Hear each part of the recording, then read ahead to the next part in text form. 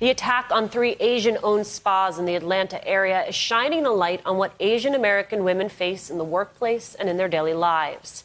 If you were to believe the murderer's confession, race had nothing to do with the killings. The son of one of the victims tells NBC News that is hard to believe. You can't say that this isn't racially motivated. You don't kill 8 people on a bad day, let alone 1. Experts agree. They suggest you can't disregard race in this case, given the historical fetishization of Asian women, making them uniquely susceptible to violence. Joining us now to discuss, Jessica Preuss, the editorial director of NBC Asian America, and Seung-Yeon Choi Morrow, the executive director of the National Asian Pacific American Women's Forum. Thank you both so much for being here. Jessica, there are entire theses dedicated to this question, but in as much as we can, talk to me about why we cannot separate race and gender from this attack.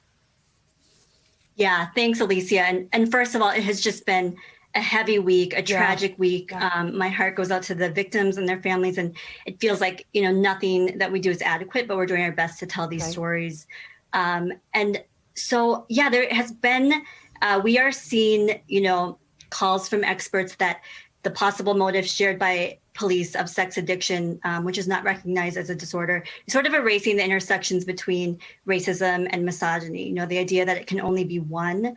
People are taking issue with that and, saying that perhaps it is both. Yeah. And so, there is a long history to this. There's obviously there was a huge U.S. military presence in Asian countries, particularly Vietnam, the Philippines, Korea, and Japan. And so, at these base camps, because of impoverished conditions in these countries, there are camps set up and women would visit. And so it has been written about that, perhaps this has created this idea that some Western men feel entitled to Asian bodies. And so, and then some of these women got caught up in sex trades and ended up in the U.S. and Western countries against their will, and might have began working in, massage parlors and spas because of no other choice. And that's where some of this, historical stereotyping perhaps comes from. Seung-Yeon, how much of these stereotypes, how much of the fetishization that we see today is rooted in this history? Oh, I think it's all rooted in this history, right?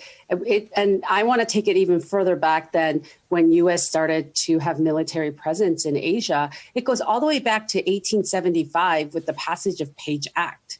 What that act did, what Congress did with that act was to ban Chinese or East Asian women from coming to the United States as a way to control the Chinese population growth in Western United States. And what the act actually says is that we have to ban the East Asian women because they're prostitutes. So off the bat, Asian women have always been seen as, sex objects that's to be consumed. So, just to add to the narrative that was just shared, I think we need it, it is at the foundation of when Asian Americans were introduced to white Americans here in the United States. And so, most of the ways that Asian American women experience racism in the United States is in a sexist way, right? It's racialized sexual harassment and sexual violence. That's how we experience racism for the most part in the United States. The son of one of the victims, Hyunjun Grant, spoke to NBC News about his mom's work ethic. And Randy Park says, obviously, she didn't have much money when she came. For at least a year, she had to leave us with another family. We never saw her. We would just get calls from her. We would see her in person every now and again, but it was super spaced out. Seung-Yeon, talk to me about the economic reality that a lot of these women, particularly immigrants, find themselves in. Yeah, and I'm so glad you asked that question, because I think when most Americans think about Asian Americans, we think about the model minority myth where Asians are all doing really well. We're all lawyers and doctors and engineers. And that's absolutely not true. And that's definitely the case with the women that we saw in this tragic shooting.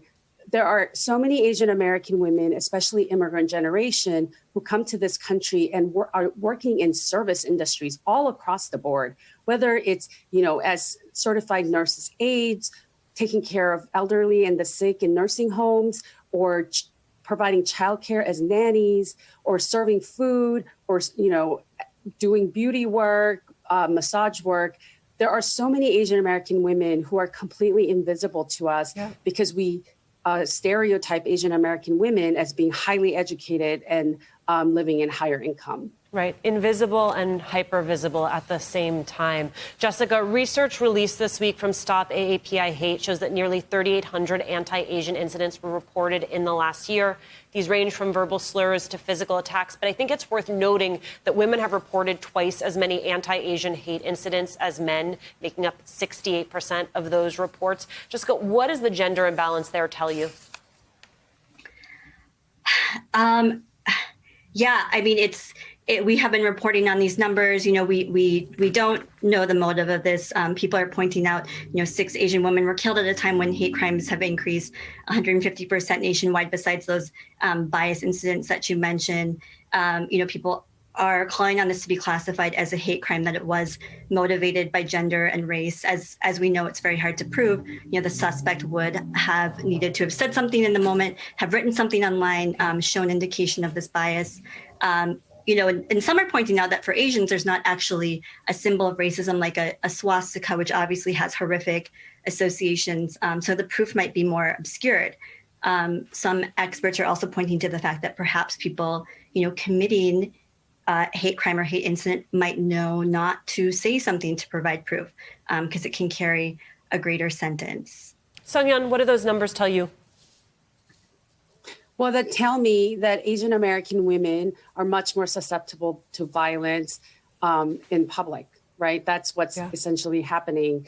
And, while the numbers have been, solidified and we're talking about it during coronavirus times, Asian American women have not been safe on the streets for a very long time. Jessica, Sung-Yeon, thank you both so much for joining me.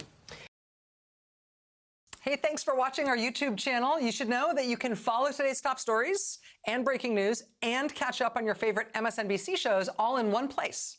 Download the NBC News app today.